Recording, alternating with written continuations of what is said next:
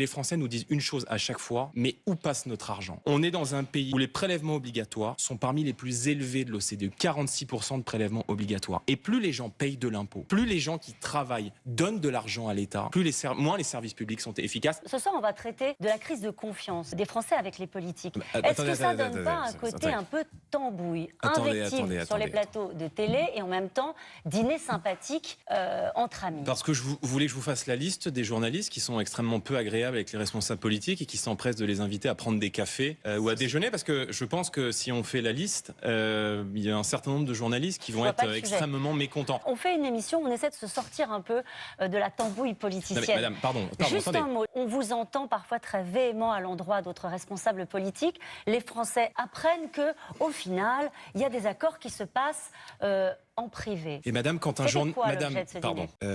D'abord, je n'aime pas ce procès. Quand un journaliste du service public, qui est journaliste sur France Inter, et vraiment, vous m'obligez à dire des choses que je n'aime pas dire, mais quand un journaliste du service public sur France Inter prend des petits déjeuners avec des responsables du Parti Socialiste pour parler de la stratégie électorale, vous trouvez pas qu'il y a un sujet? Bon, est-ce que ça préjuge, encore une fois, de la relation politique qu'on peut avoir avec un individu? Est-ce qu'on a le droit, pardon, hein, vous faites mention d'un dîner qui a été organisé par Monsieur Lecornu avec des chefs de partis politiques pour discuter non seulement de la situation politique, mais pour évoquer également le budget de la défense qui a été mis en œuvre par le gouvernement. Je veux dire, on a le droit de se parler, on a le droit d'échanger argument contre argument. C'est pas parce qu'on dialogue individuellement avec un responsable politique que nous sommes d'accord. Ça m'arrive de prendre... C'était le sens de la première question. Ça m'arrive de prendre des cafés avec des journalistes pour leur donner mes décryptages de la situation politique. Il n'y a rien de plus normal. Je veux dire, dans une démocratie, on a le droit de se parler, mais je veux dire, tout ça importe peu. Donc j'aimerais, si c'est possible, plutôt que de parler des dîners et des cafés qu'on peut faire avec des journalistes ou avec des personnes politiques, parler un petit peu de ce qui intéresse les gens. Et je viens dire devant vous ce soir que s'il n'y a pas une rupture franche avec la politique qui est menée depuis 8 ans, eh bien, les mêmes causes entraîneront les mêmes conséquences. Les Français, ils ont voté contre la politique d'Emmanuel Macron lors des élections européennes et des élections législatives. Ils ont voté pour une rupture sur les questions d'immigration, sur les questions économiques et notamment du pouvoir d'achat, sur les enjeux de souveraineté. Et donc, si ce vote, cette expression populaire ne se traduit pas dans la politique qui est mise en œuvre par le gouvernement, alors ça ne nous convient pas compte tenu du fait que nous avons le premier groupe à l'Assemblée. Soit il y a rupture, soit il y a censure. On ne peut pas reprendre la pâle copie du budget de monsieur Bayrou, qui propose de faire, par exemple, travailler les Français 2 jours supplémentaires en supprimant des jours fériés, la mauvaise dépense publique de 30 milliards d'euros et qui vient augmenter les prélèvements obligatoires de 20 milliards d'euros supplémentaires, dans un pays qui a des difficultés de pouvoir d'achat, dans un pays où le travail ne paye pas suffisamment, et dans un pays où on cherche des économies de bout de chandelle quand il y a des chantiers et des éléphants dans le salon sur le plan budgétaire, dans la mauvaise dépense publique, que personne ne veut voir. Donc, question de l'instabilité économique. Est-ce que vous faites passer l'intérêt de la France avant tout? Est-ce que vous considérez que l'urgence de faire voter un budget doit l'emporter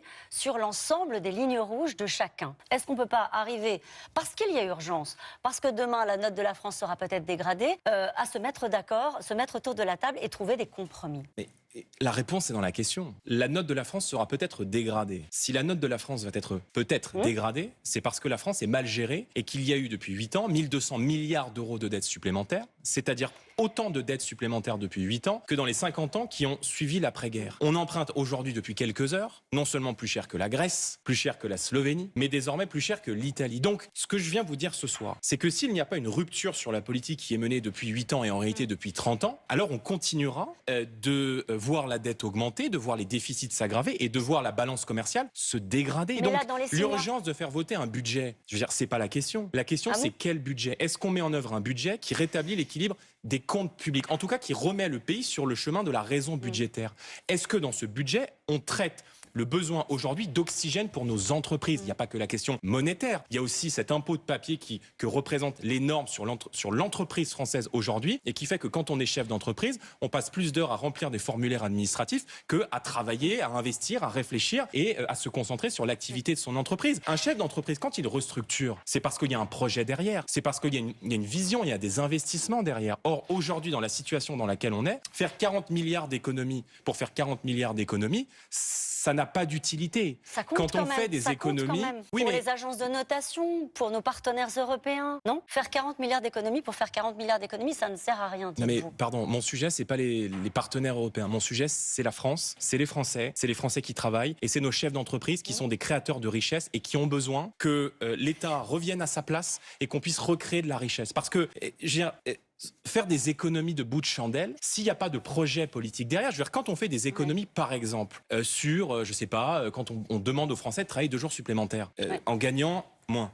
Si le projet derrière, c'est pas de recréer de la richesse, de recréer de l'attractivité économique, de mieux rémunérer le travail, alors les Français n'en voient pas le bout. Je veux dire, on est dans un pays qui a 46% de prélèvements obligatoires. Quand on dit on va augmenter de 20 milliards d'euros les impôts et que de l'autre, par exemple, on a 18 milliards d'euros de contributions, d'aides non contributives qui sont données aux étrangers chaque année, oui, les gens se posent des questions. Quand on dit on va faire des efforts aux retraités et que de l'autre, par exemple, on offre la gratuité des soins aux étrangers en situation irrégulière à 1 milliard d'euros par an ou qu'on augmente la contribution de la France au budget de l'Union européenne alors que nos partenaires allemands ou Pays-Bas, des grandes économies de la zone euro obtiennent des rabais, les Français se disent il faut à un moment donné qu'on arrête de demander des efforts toujours aux mêmes. Moi, je me suis présenté devant vous, on a eu l'occasion de parler de mon projet lors des élections européennes et des élections législatives, en disant je suis prêt à être Premier ministre d'une majorité d'alternance, d'une majorité patriote qui va rompre avec les politiques qui sont menées depuis 30 ans. Je suis arrivé en tête avec mon mouvement au premier tour des élections législatives, au second tour des élections législatives, et il y a eu des accords contre nature, hasardeux, entre Jean-Luc Mélenchon et Emmanuel Macron pour m'empêcher d'avoir une majorité à l'Assemblée nationale. J'avais dit à l'époque que ces accords qu'on a appelés le Front républicain allaient entraîner un blocage dans le pays. Donc, si nous sommes bloqués depuis 1 an, c'est précisément parce qu'ils ont créé cette impasse institutionnelle. Donc, moi, je viens dire ce soir, la seule solution, c'est de retourner aux urnes. Plus tôt on retourne aux urnes, plus tôt le pays aura une majorité, plus tôt la France aura un budget qui correspond non pas à ce que veulent les partenaires européens, mais à ce que veulent les Français. Donc vous souhaitez l'échec de Sébastien Lecornu? C'est une lecture caricaturale. Je souhaite la réussite de la France. Je souhaite la réussite de mon pays et je vais vous dire, Madame Roux, la réussite de la France ne passera pas par les politiques qui l'ont mis au bord de la faillite depuis 30 ans. On s'interroge sur la crise de confiance entre la classe politique et les Français. Ce sondage qui est extrêmement violent, je vous le livre. Quand on demande aux Français comment ils considèrent les hommes politiques, 90% les jugent inefficaces, 91% éloignés de leurs préoccupations, 90% sans projet pour le pays. Ces chiffres-là, quand vous les voyez, vous dites ça ne nous concerne pas. Je dis 2 choses. Je dis d'abord les Français ont raison, parce qu'il n'y a aucune raison que partout ailleurs en Europe, on fasse mieux. Je veux dire, l'Italie est en excédent primaire sur le plan budgétaire. C'est même d'ailleurs le seul pays du G7 à l'être en 2024. Le Portugal est en excédent budgétaire. La croissance repart dans beaucoup de pays. Et nous, la France, on serait une exception en Europe. Donc, c'est vrai que les gens ont le sentiment, non seulement qu'il y a un décalage entre ce que veulent les Français et la politique qui est mise en œuvre, et je vais répondre à votre deuxième question, parce qu'elle est intéressante, et évidemment ce qu'attendent aujourd'hui une majorité de Français. Moi, je n'ai aucune responsabilité dans la situation du pays. Je veux dire, si demain, les Français m'accordent leur confiance et que je suis à la tête du gouvernement, j'aurai des comptes à rendre. Mais dans l'opposition, je me bats contre les gens qui sont au pouvoir, bien sûr, sur un plan politique et jamais sur un plan personnel, parce que je considère que leurs orientations font énormément de mal à mon pays. Et quand on regarde aujourd'hui l'insécurité, la dégradation du pouvoir d'achat, nos entreprises qui n'arrivent plus à faire face, qui n'arrivent plus à créer de la richesse, les délocalisations, la désindustrialisation, les déserts médicaux, on a le sentiment, c'est vrai, que les gens qui sont au pouvoir sont très inefficaces. Une des revendications qu'on entend souvent quand on sonde les états d'âme des Français vis-à-vis de leur classe politique, c'est de dire, au fond, ils sont déconnectés. Cette idée que les politiques doivent commencer par faire l'effort eux-mêmes, qu'ils sont trop payés, qu'ils ont des privilèges. Un exemple très concret qu'on a eu souvent dans des questions pour l'événement, par exemple, est-ce que vous considérez qu'il faut, puisque vous voulez être Premier ministre, qu'il faut baisser le salaire du Premier ministre? Est-ce que vous dites oui parce qu'aujourd'hui ça ne passe plus, le salaire brut c'est 16 000 euros, 12 400 euros net, ou est-ce que vous dites c'est un faux sujet, c'est un faux problème? Comment est-ce que vous réagissez quand vous entendez les Français dire, et vous l'entendez régulièrement j'imagine, tenir ce genre de propos? Est-ce qu'il faut faire des gestes symboliques? Oui, bien sûr, bien sûr. Mais je pense que charité bien ordonnée commence par soi-même. Et si demain l'État consent à demander des efforts aux Français, alors il doit consentir soi-même à réduire son train de vie. Vous abordez la question des élus, c'est un sujet qu'il faut mettre sur la table, évidemment. Le salaire des élus? Mais tous les sujets doivent être mis sur la table. Mais celui-là, par exemple, ça parle aux gens qui vous regardent, c'est très concret. Ils se disent quand même 16 000 euros par mois, c'est beaucoup, c'est pas beaucoup. 12 400 euros net pour être Premier ministre, vous dites, il ne faut pas aller sur ce terrain-là. Ou est-ce qu'il faut aborder ces sujets? Vous mentionnez le Président de la République et le Premier ministre, c'est des salaires qui sont infiniment plus élevé que ce que gagnent les Français moyens. Il y a des responsabilités qui sont évidemment importantes. Je rappelle que le président de la République, il a sous sa responsabilité l'arme nucléaire. Mais ce que les gens ne comprennent pas, c'est de payer des gens à ce prix-là qui ont des résultats aussi médiocres. Le sujet, c'est l'efficacité de l'argent public. Et si vous voulez, moi je suis sur le terrain tous les jours. J'ai fait beaucoup de campagnes électorales et les Français nous disent une chose à chaque fois, mais où passe notre argent? On est dans un pays où les prélèvements obligatoires sont parmi les plus élevés de l'OCDE. 46% de prélèvements obligatoires. Et plus les gens payent de l'impôt, plus les gens qui travaillent donnent de l'argent à l'État, moins les services publics sont efficaces et plus les services de l'État sont défaillants. Si Donc, évidemment qu'il faut réduire le train de vie de l'État. C'est une évidence. C'est pas forcément sur ces sujets-là qu'il faut aller, par exemple, dire on va baisser le salaire des parlementaires. On voit qu'on est à peu près dans la moyenne européenne d'ailleurs.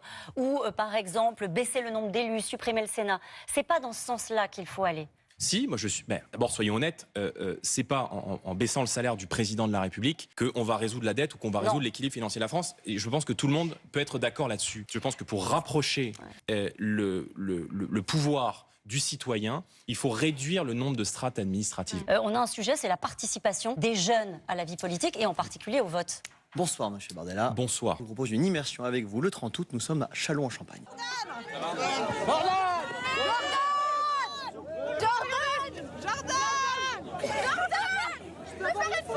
J'arrive. Vous pouvez me parler, s'il vous plaît?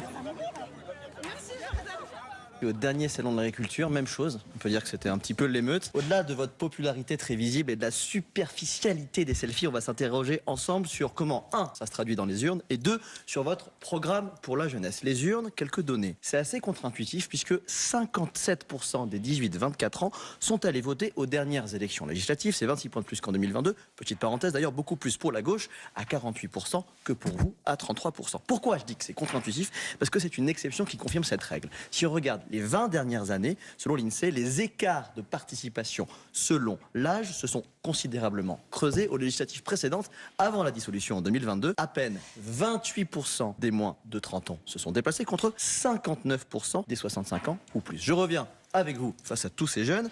Votre stratégie, parfois vous êtes caricaturé comme le candidat TikTok. Comment vous faites pour transformer ces Snapchat en voix? Les jeunes attendent que vous changiez leur vie. Qu'en est-il? Et comment vous comptez les faire venir sur les listes électorales et voter parce qu'ils n'y sont de moins en moins? Eh bien d'abord en leur disant que si ce n'est pas eux qui prennent le destin du pays entre leurs mains, alors personne ne va le faire à leur place. Et qu'on est précisément une génération qui n'a jamais connu la France qui va bien. Je vais avoir 30 ans après-demain.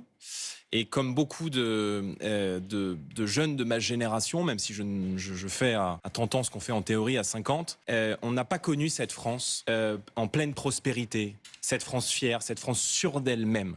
On a connu une France qu'on nous présente comme endettée, comme devant faire face à la menace terroriste, à l'insécurité, comme devant faire face au chômage. Et moi, je m'inquiète de voir qu'il y a plusieurs dizaines de milliers de jeunes chaque année qui ne sont pas touchés par l'immigration, mais par l'émigration, c'est-à-dire qui considèrent qu'une fois le diplôme obtenu, il faut s'expatrier pour aller sur votre programme. Excusez-moi de vous interrompre. Un avenir. Avec Caroline, on a scanné votre programme. Ça manque d'un programme global. Est-ce que vous avez un programme pour la jeunesse, pour les faire revenir aux urnes? Un programme avec des mesures? Oui, bien sûr. Mon programme, il est beaucoup plus global que ça. D'abord, c'est permettre aux jeunes de vivre en sécurité en France. Parce que la première attente des jeunes qui nous regardent, et qui, chaque jour, chaque soir, chaque matin, chaque week-end, lorsqu'ils ont l'occasion de sortir en soirée, lorsqu'ils rentrent dans le RER, dans les transports en commun, lorsqu'ils sont dans les rues de France, ils sont extrêmement inquiets de devoir, notamment lorsque vous êtes une femme, changer votre tenue, réduire votre maquillage, changer de trottoir, regarder derrière soi, mettre des écouteurs pour ne pas être importuné. Pardon, c'est un constat, et la première promesse... Vous n'êtes peut-être pas d'accord avec ça, non, c'est un constat, mais la première promesse que je fais aux jeunes qui nous regardent, c'est non seulement leur rendre la fierté de leur pays, le droit de pouvoir être fiers d'être français, de pouvoir se dire qu'ils auront un avenir en France. Et la première promesse que je leur fais, au-delà de tous les sujets économiques, environnementaux, écologiques, qui sont des préoccupations concrètes de la jeunesse, et je sens que je n'aurai pas le temps de développer ce point, je leur fais une promesse, c'est qu'avec moi et avec nous, ils pourront sortir dans les rues de France sans avoir la crainte d'être agressés. Il y avait des propositions très concrètes. Le vote à 16 ans, pour, contre? Non, je trouve que le vote à 18 ans est un vote dans lequel on a à la fois pleine conscience des enjeux. Et entre 16 et 18, c'est précisément la période où on commence à s'ouvrir et à réfléchir. Et je trouve que 18 ans est un bon âge. Et le vote obligatoire? Un grand débat. Je préfère convaincre que contraindre. Donc non. Je n'y suis pas favorable en l'état. En revanche, il y a bien une réforme institutionnelle qui est urgente, c'est évidemment celle de la proportionnelle, pour faire en sorte que quand vous alliez voter, peu importe pour qui vous votiez, vous vous sentiez représenté au Parlement. Beaucoup de réactions de Français et des tendances qui se dégagent. J'ai préparé mon habituel nuage de mots. Il y est évidemment question ce soir de dissolution, de crise, bien sûr, mais aussi de doute et d'une énorme lassitude des Français dans les différentes questions qu'ils nous ont posées. Lassitude d'un ego, souvent jugé trop grand, des politiques, d'une démocratie qui tourne en rond et d'une République qui ne va pas bien. Et évidemment, qui dit colère dit forcément des questions qui ne sont pas tout à fait agréables. Vous en avez l'habitude parfois, Monsieur Bardella. Absolument. Et en voici une qui vous est posée par Alaric ce soir. Vous avez parlé du monde du travail, des travailleurs, des patrons. Il vous demande ça, Alaric, 47 ans, il habite à Montpellier dans l'Hérault. Comment pouvez-vous parler au monde du travail alors que vous n'avez jamais travaillé? Merci Alaric pour cette question.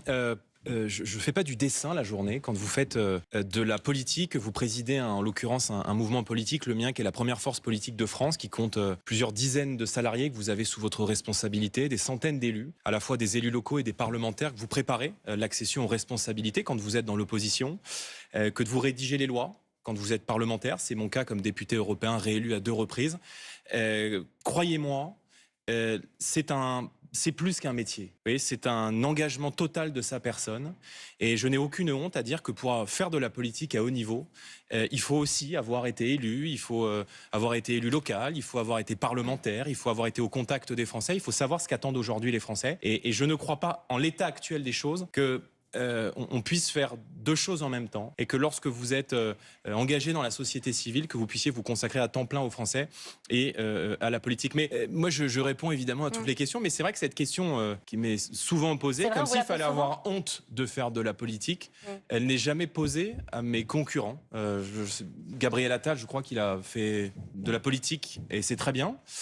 Monsieur Lecornu, je crois, qui a commencé à 18 ou 19 ans en politique. Et je trouve ça très beau que de voir des gens qui s'engagent pour le pays. Mais je pense qu'on a conscience de ce que vivent les Français, qu'on a conscience de l'urgence du moment. Et si les Français nous placent à des niveaux qui sont aujourd'hui extrêmement élevés dans les études d'opinion et dans les élections, c'est peut-être parce qu'ils sentent qu'on porte leur voix, leurs souffrances, mais aussi leurs attentes et leurs espoirs.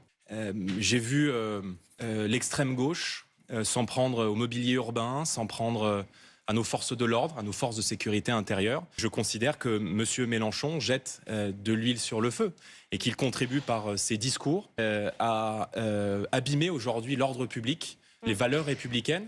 Et je crois qu'il ne faut pas d'ailleurs minimiser le risque que représente aujourd'hui Jean-Luc Mélenchon. Je crois qu'il est à gauche celui qui a la possibilité d'emmener son camp au second tour de l'élection présidentielle. Et je dis que c'est une menace qui pèse sur nos valeurs. Le départ d'Emmanuel Macron. Vous partagez la même volonté, le départ d'Emmanuel Macron? Les sondages qui ont été faits montrent que 2 tiers des Français souhaitent la démission du président de la République. Parce que le désamour entre les Français et leurs dirigeants, il est extrêmement profond. Une chose est sûre, c'est que je ne ferai jamais, moi, le choix du désordre républicain. Je suis extrêmement attaché à l'ordre, à l'intégrité du pays, à l'unité de la nation. Et je crois que la seule solution pour que les Français reprennent espoir avec la politique, c'est de voter et de voter différemment.